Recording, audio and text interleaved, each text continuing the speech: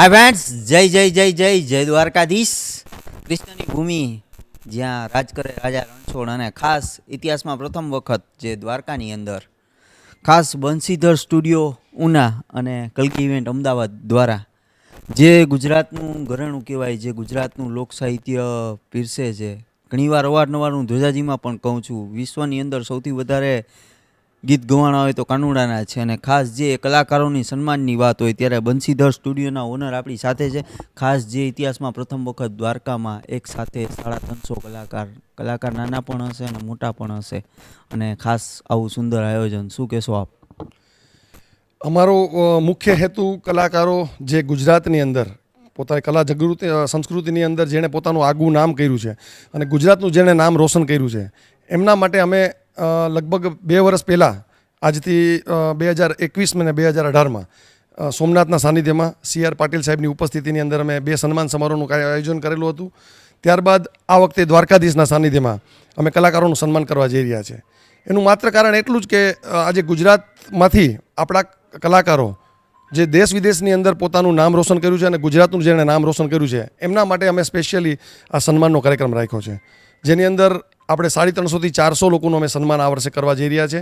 જેમાં ગીતકાર, સંગીતકાર, DOP, editor અને કોરિયોગ્રાફર, આવા તમામ લોકો. એના સિવાય આપણે જે કંપનીઓએ પોતાના કંપનીના માધ્યમથી જે કલાકારોની પ્રતિભાને બહાર કાઢી છે, એ દરેક કંપનીનું પણ અમે આની અંદર સન્માન કરવા જઈ રહ્યા છે. ખાસ કલ્કી ઇવેન્ટના ઓનર આપણી સાથે છે. ઇતિહાસમાં પ્રથમ વખત ભગવાન દ્વારકાધીશના સાનિધ્યમાં કાનુડોના કરોડો ફેન્સ છે. અને ખાસ જે આ રીતનો પ્રોગ્રામ, શું કહેશો? એક તો પહેલાં દ્વારકાધીશની કૃપાથી અમને અમારા ગ્રુપને ધજાજી મળી ગયા. એ અમારા માટે બહુ ખુશીના સમાચાર છે. કારણ કે અહીંયા દ્વારકાધીશની ધજાજી કરવી હોય તો 2034 સુધીનું વેઇટિંગ છે. પણ દાદાની કૃપાથી અમારા ગ્રુપને ધજાજી મળી ગયા. અને અમે બધા મિત્રો ગુજરાતની તમામ કંપનીઓના ઓનરો સાથે મળીને ગુજરાતના કલાકારોનું દર વર્ષે અમે સન્માન કરતા હોઈએ છીએ. આ સાલ અમે દ્વારકાધીશના સાનિધ્યમાં એક બહુ જ મોટો ભવ્ય કાર્યક્રમ ભડકેશ્વરના રોડ ઉપર મેદાનમાં GM નગરપાલિકાના પ્રોગ્રામ કરવા જઈ રહ્યા છીએ. ખાસ આપણી સાથે અમેઝિંગ ફન વર્લ્ડના ઓનર પટેલભાઈ છે. પટેલભાઈ, જે રીતના આપની હાજરી અને આવડો પ્રોગ્રામ, શું કહેશો? જય દ્વારકાધીશ.